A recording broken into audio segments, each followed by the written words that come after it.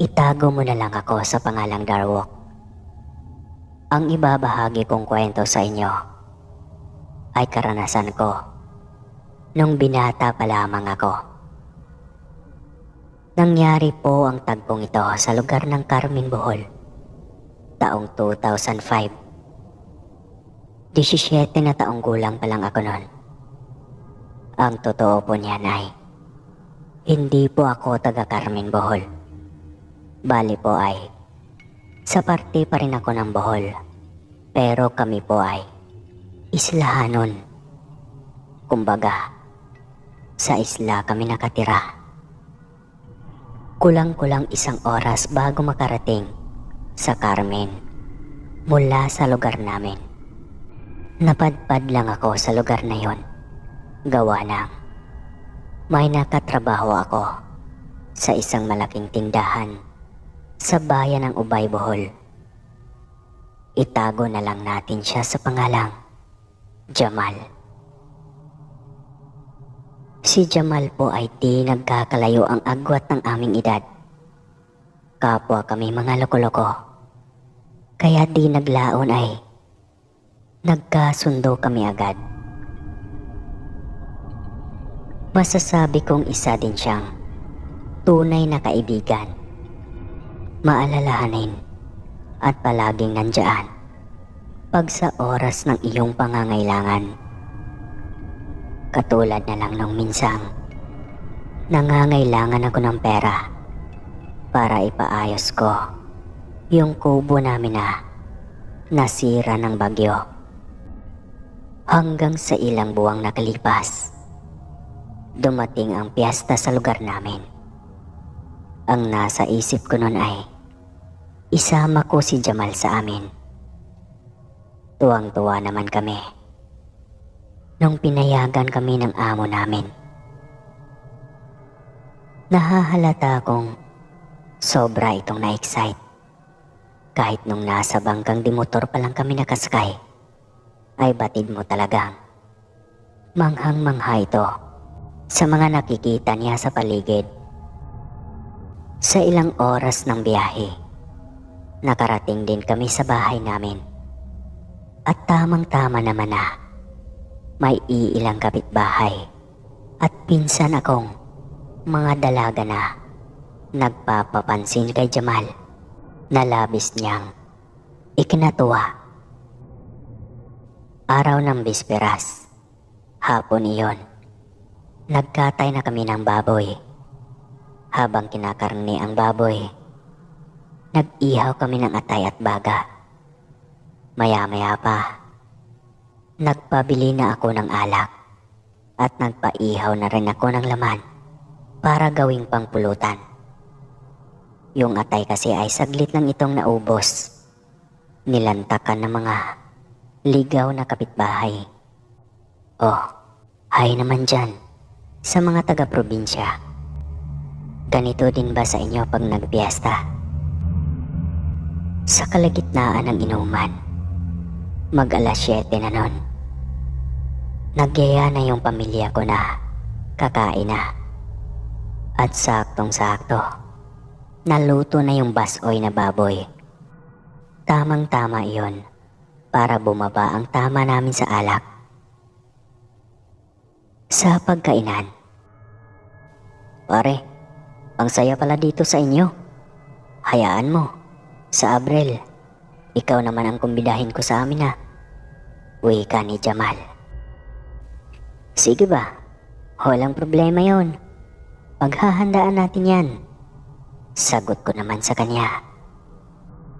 Sa totoo lang, hindi ko naman sineryoso yung sinabi ni Jamal. Para lang itong usapang lasing para sa akin. Mga bandang alas 10 na ng gabi, naghahain si Papa ng adobong Bisaya. Sa mga hindi po nakakaalam kung ano ang adobong Bisaya, yun po ay karne ng baboy na adobo sa asin. Pinato yung adobo iyon na walang kahit anong sabaw. Basta sa mga na-curious dyan, i-search nyo na lang kung paano gawin yon. Nung nasa lapag na ito, agad na tinikman ito ni Jamal at sobrang sarap na sarap siya kasi paborito din pala niya ito. Parisan mo pa ng sausawa na walang halong kimikal, yung bang tuba na suka. Malasa iyon at napakabango ng asim. Lumipas ang 2 araw. Nairaos naman ang piyesta ng aming barangay. Nung pangatlong araw namin sa amin, ay naligo kami ng dagat na isa sa kinakasabikan ni Jamal. Ayon kasi sa kanya, ay sobrang malayo daw ang dagat sa kanila. Kaya kung gugustuhin nilang lumangoy, ay hanggang sa ilog lang sila. Hindi ako nagsisi na sinama siya at kitang-kita ko naman kung paano siya nag-enjoy. Kaya di ko talaga akalain na babawi siya sa akin. Bumalik na kami sa trabaho at naging back to reality na. Yung samahan namin ni Jamal ay lalong tumibay. Naks, na all tumibay. Ops, wala kaming relasyon na. Baka kung anong nasa isip nyo. Tara, balik tayo sa kwento. Lumipas ang ilang buwan. Dumating ang kapiestahan ng barangay nila Jamal. At yun nga, niyaya niya ako na ako naman daw ang sumama sa kanila. Ako noon ay walang pag-alinlangan na umuo sa kanya. Sobra ako nasabik. Kasi sabi niya sa akin, pupunta daw kami sa Chocolate Hills. Malapit lang daw kasi iyon sa kanila. At napakaganda nga daw doon. Lalo na pag umaga. Malamig daw doon. Dahil sa hamog. Natuloy kaming dalawa. Sumakay agad kami ng series o yung bus na maliit. Yun din kasi ang gusto kong sakyan. Bumiyahe kami ng ilang oras. Gawa ng hirap pa ang daanan dati. Hindi tulad ngayon na 1 o 2 oras lang ang tagbilaran mula sa pinagtatrabuhan namin. Pero yung sa kanila Jamal ay nasa gitnang pagitan ito ng pinagtrabahuan namin at ng tagbilaran. Pagkarating namin sa sentro ng Carmen, ay sumakay pa kami ng habal-habal papasok sa baryo nila. Hindi ko lubos akalain na bukid na pala itong maituturing. Layo-layo ang mga bahay dito at gasyera lang ang gamit nila. Sa court naman nila, kung saan kami bumaba, nandoon ang ilang tindahan at generator lang ang gamit nila doon. Subalit may oras lang ito. Kung di ako nagkakamali, magsimula ito ng 3:00 ng hapon at papatayin naman ito pagsapit ng 7:00 ng gabi. Pagkababa namin pala sa habal-habal, naglakad pa kami. Siguro mahigit 10 minuto iyon at may maliit na ilog pa kaming nadaanan nun. Sabi ni Jamal, kahit maliit lang daw ang ilog na yon, ay delikado pa rin ito kasi umuapaw daw iyon pag tag-ulan. Mga tanghali na kami nakarating sa bahay nila at saktong-sakto naman nakaluto na ng pangtanghalian at kumain kami. Pagkatapos kumain ay isinama ako ni Jamal sa mga kabahayan ng kamag-anak niya at kaibigan. Kahit medyo layo-layo na ang mga bahay doon, ay kapitbahay pa rin ang tawag nila dito. Medyo napatawa pa nga ako noon sa 2 nagtatawagan.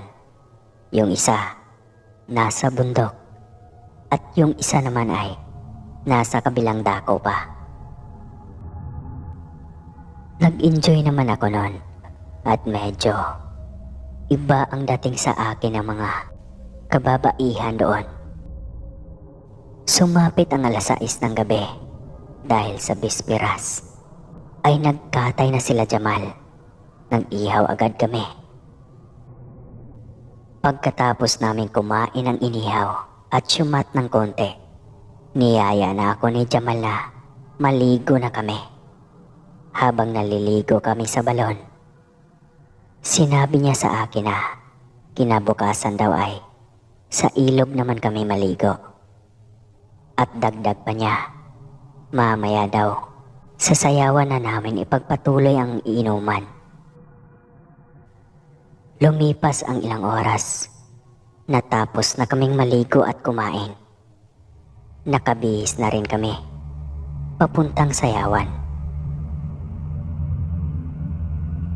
Sa sayawan, nag-inuman kami at naghanap ng mga matitipuhan na dalaga. Saktong-sakto naman, may tama na kami, dahilan para kakapal na ang mga mukha. Sa gitna ng sayawan, naispatan ko yung babaeng napakaputi. Agad kong nilapitan ito at nakipagkilala dito. Siya si Christy. Galing itong Maynila.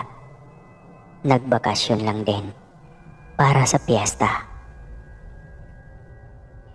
Gaya ng mga diskarte dati, binobola-bola ko ito.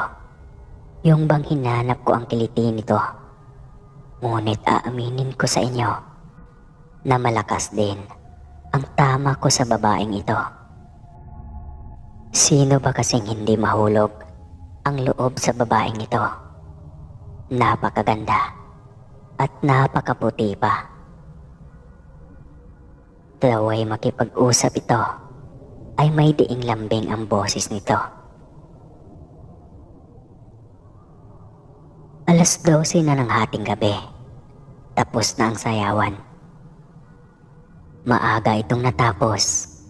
Gawa ng may misa pa kinabukasan. Nagpasama ako kay Jamal na ihatid sila ni Christy. At iilang kasamahan nito na kapwa babae din. Nalibang ako sa kwentuhan namin ni Christy. Di ko na malayan na andoon na pala kami sa harap ng bahay nila. Nagpaalam na siya sa amin at yung mga kasama niya.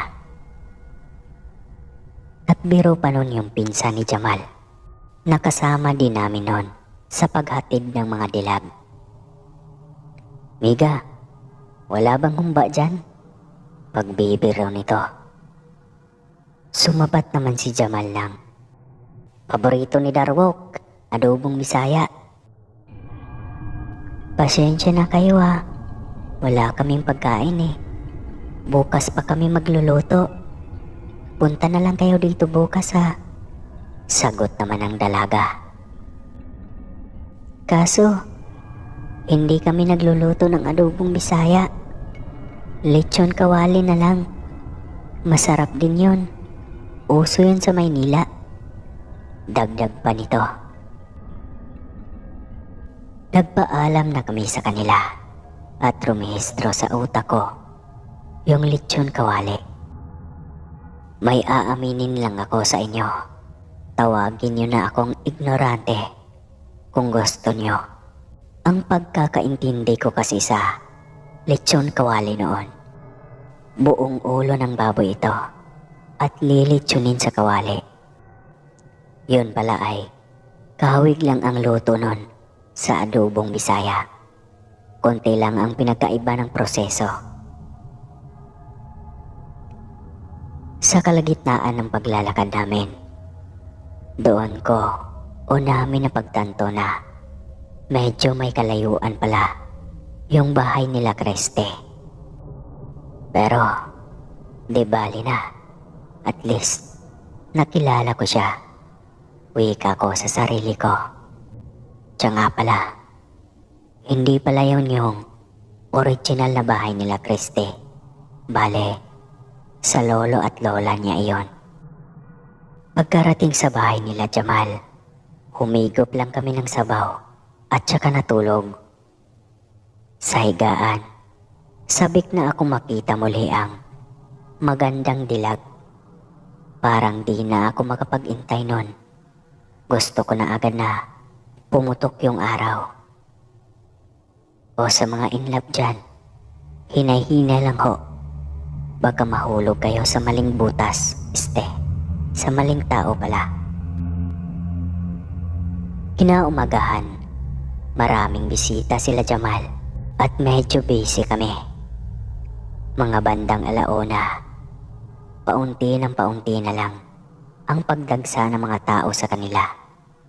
Dito, naisipan ko na ayain si Jamal sa bahay nila Christy.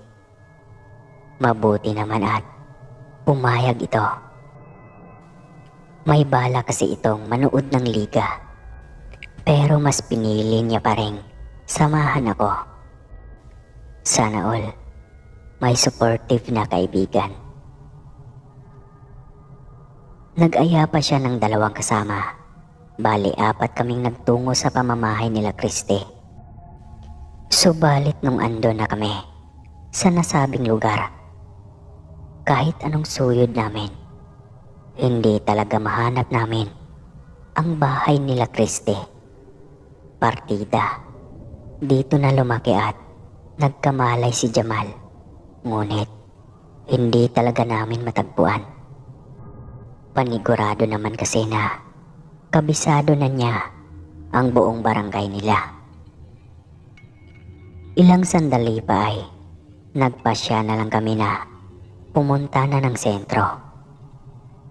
Magdadapit hapon na lang ay wala pa rin kaming nakikitang Christy. Hanggang sa sumapit ang gabi, papunta na kami sa sayawan. Ang sabi ko kay Jamal noon, magutom tayo mamaya bay. Magdala kang suka, sausawan natin sa lechon kawali. Ay, wag na suka. Pipitas na lang tayo ng kalamansi. Marami kila lolo nun. Sagot sa akin ni Jamal. Pumitas nga siya at naghati kami nun. Sinadya ko talaga na magpadala ng suka nun kasi masarap iyon. At isa pa, hindi pa gaano uso sa amin noon ang dato puti o silver swan. Purong suka na tuba lang talaga ang gamit namin dati. Kaya lang, masyadong maarte si Jamal. Ayaw magdala ng bote, kaya mas pinili na lang niya ang kalamansi. Pagdating sa sayawan, nakita namin agad yung grupo nila Christy. Pumasok agad kami sa diskuhan at bumili kami ng San Miguel Bernamucho para na din makainom yung kababaihan na kasama namin. Palalim ng palalim ang gabi. Mga lango na kami sa alak. Walang hiya na kung gumalaw sa dance floor. Habang enjoy ang lahat sa pagsasayaw, ako naman ay pasimpleng dinidiskartehan si Christy. Pansin ko noon na ang dami nang nakatingin sa amin. Pero kampante naman ako noon. Kasi si Jamal, marami siyang kakilala at kamag-anakan sa nasabing barangay. At isa pa, mababait din naman ang mga tao doon. Nagtapat ako ng nararamdaman kay Christy. Pero bigla itong napaluha. Inaya niya ako na lumabas muna kami saglit. Sa di kalayuan ay nag-usap kami. Masyado kasing maingay sa sayawan, kaya medyo lumayo kami. Nung ando na kami, umiyak siya at sinabi sa akin na may boyfriend na pala siya. Taga Maynila raw ang lalaki. Nagtapat din siya sa akin na nahulog din daw ang loob niya sa akin. Nais ko mang magsisi at mawala ng gana. Pero nung niyakap niya ako, ay nakaramdam ako ng ligayang panandalian. Napagkasunduan namin na magkasintahan kami sa gawing iyon. Dinala ko siya sa madilim na parte at sinisigurado kong walang makakita sa amin. Siguro dala lang ng alak. Nangyari ang di inaasahan. Nilubos-lubos ko iyon. Di bali nang mawalan ako ng lakas. Alam kong napaligaya ko siya dahil nakailang beses kami ay hindi pa rin siya umaayaw. Hanggang sa hindi ko na kinaya at bumalik kami sa sayawan. Kahit maraming tao ay yakap-yakap ko pa rin siya sa tagiliran. Bandang 3:00 ng madaling araw, nagdesisyon na kami na umuwi. Dito na sinabi ni Christy sa amin, "Kayo ha, inaantay ko kayo kanina. Hindi kayo dumating. Tara, kain na lang tayo sa amin ngayon. Marami pang ulam doon." Amiga, kasi hindi namin mahanap yung bahay niyo eh. Naligaw kami kanina, tugon ni Jamal. Habang naglalakad kami ay di ko maiwasang malungkot. Pa-expired na kasi ang pag-iibigyan namin ng isang gabi.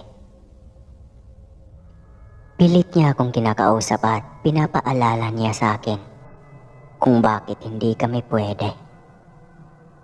Nilalambing pa ako nito. Yung bang parang totoong nagmamahalan talaga kami. Habang nagsasalita ito, biglang lumamig yung boses niya. Ramdam ko din ang kalungkutan na pinapahiwatig niya. Di ko na iwasang maluha. Nangilabot ako, lalo nung pinunasan niya ang luha ko. Pagkarating namin sa bahay, pumasok si Christy at nagsindi ng gasera. Samantalang yung ibang kasamahan niya ay nagsiuwian na sa kani-kanilang mga pamamahay. Siguro ayaw na nilang kumain o baka inaantok na. Nung may liwanag na sa loob ng bahay, pinapasok na kami ni Christy. Pinaupo kami sa pagkainan at hinainan ng mga pagkain. Sa pagkakataon na to ay 3 lang kami. Yung pang-4 kasi namin ay nauna nang umuwi. Ang mga ulam nun ay nilagang baboy, humbang baboy, menudo, at yung lechon kawali. Pumasok si Christy sa kwarto. Magbibihis daw ito. Kami naman ay naghahanap ng suka, pero konti na lang ang nakita namin. Kaya dinagdagan namin ng kalamansi ito. Humigop ako ng sabaw sa nilaga kahit malamig na yon. Hassle na kasi pag iniinit pa yon. Gawa ng panggatong lang ang gamit. Pagkatapos nun ay agad kong tinikman ang lechon kawali. Isinawsaw ko ito sa sawsawang ginawa namin, tsaka isinubo. Sa kalagitnaan ng pagmuya ko, nagtataka ko kasi tumigas yung karne at parang lasang kalawang na ito. Niluwa ko iyon at sinalo ko sa palad ko. Humiwalay ang kaluluwa ko sa nakita ko. Hindi ako nagkakamali dahil nga iyon ang tao. Nagulat din ang 2 kong kasamahan pa. Agad nilang pinataka ng lechon kawali ng kalamansi. Maya-maya pa ay nag-iba ito ng itsura at sobrang baho. Naalala ko pa noon na may nakikita pa akong hinlalaki sa paa ng tao at marumi pa ang kuko. Nagkagulo kami, kanya-kanyang suka. Hindi namin alam kung ano ang gagawin sa mga oras na yon. Biglang lumabas si Christy at bungad sa kanya ni Jamal. May lahi pala kayong aswang. Matagal bago nakaimik ang babae. Si Tito Gunding, siya may pakana. Akmang lalabas kami ng bahay. Pinigilan kami ni Christy. Delikado daw kasi. Pero huli na. Kasi yung pinsan ni Jamal, nakalabas na. Sumunod kami rito at kumaripa sa pagtakbo. Si Christy, nasa likuran namin. Sumusunod ito at sigaw ito ng sigaw. Ang sabi niya, sasama daw siya sa amin. Nagdalawang isip ako noon na antayin siya kasi nagdududa na din ako sa kanya nung mga oras na yon. Pero nung sumigaw ito at nagmamakaawa, agad ko itong binalikan. Hinila ko ang kamay niya at laking gulat ko na lang nang matanaw ko sa unahan namin na nakikipagbunusan nila lang ang dalawa kong kasama. Lilihis pa sana kami ng daan noon, pero ayaw ni Christy. Panay sigaw ito ng, "Tama na, Tito. Tito Gunding, tumigil ka na." Nakalaunan din ay tumigil ang nilalang at bigla itong tumakbo papalayo. Yung itsura nun ay parang aso. Mas mahaba pa ang mga kamay niya kumpara sa paa. Galos at kalmot ang napala ng magpinsan. Pagkarating namin sa bahay nila Jamal, ginamot ito ng langis. Dito na rin pinapaliwanag ni Christy sa amin na ang may kagagawa nun ay yung Tito Gunding niya. Totoong lechong kawali daw talaga ang niluto niya kanina. Pero iwan daw kung bakit nagkaganon. Nung mga oras daw na kumakain kami, may bumulong daw kay Christina. Sa bahay mo na lang patulugin ang mga panauhin mo. Kinabukasan, pinuntahan namin ang bahay ng Tito Gunding niya. Kahit pabalik-balik ang pamilya nila Jamal doon, ay hindi nila ito nasumpungan. Nakiusap din si Christy na sa kanila Jamal na lang siya tutuloy kasi kinabukasan naman daw ay luluwas na siya pa Maynila. Pumunta kami sa kanila bandang tanghali para kunin ang mga gamit niya. Nung andun na kami ay panahingin ng pasyensya ang lolo't lola niya. Nakapiling ko ng isang gabi pa si Christy. Hindi na kami pumunta ng sayawan para sa despedida. Nag-inuman na lang kami nun sa bahay. At sa pangalawang pagkakataon, muli na naman kaming nakagawa ng milagro. Sa kinabukasan ng araw na yon ay lumuwas na kami pa ubay. At hinatid ko si Christy sa terminal nun. Nakakalungkot man, at least napasaya namin ang panandalian ng isa't isa. Bago po ako magtapos ay may idadagdag lang ako. Si Tito Gunding pala na nabanggit sa kwento ay hindi kamag-anak nila Christy. Naging tau-tauhan lang daw ito ng lolo niya. Masyado daw ito kasing asay at palainom. Kaya sa kasamaang palad, nayanggaw ito at kalaunan naging bantog na aswang. Ang huling balita ko naman kay Christy, taong 2015 pa yon. Nagka-chat kami sa FB. Nasa ibang bansa na siya at lalo pa siyang gumanda. Sa ngayon po ay may sarili na akong pamilya at nandito pa rin ako sa Bohol. Hanggang dito na lang po. Salamat po sa lahat ng nakikinig. Darwok po ng Islahan ng Bohol. Mabuhay.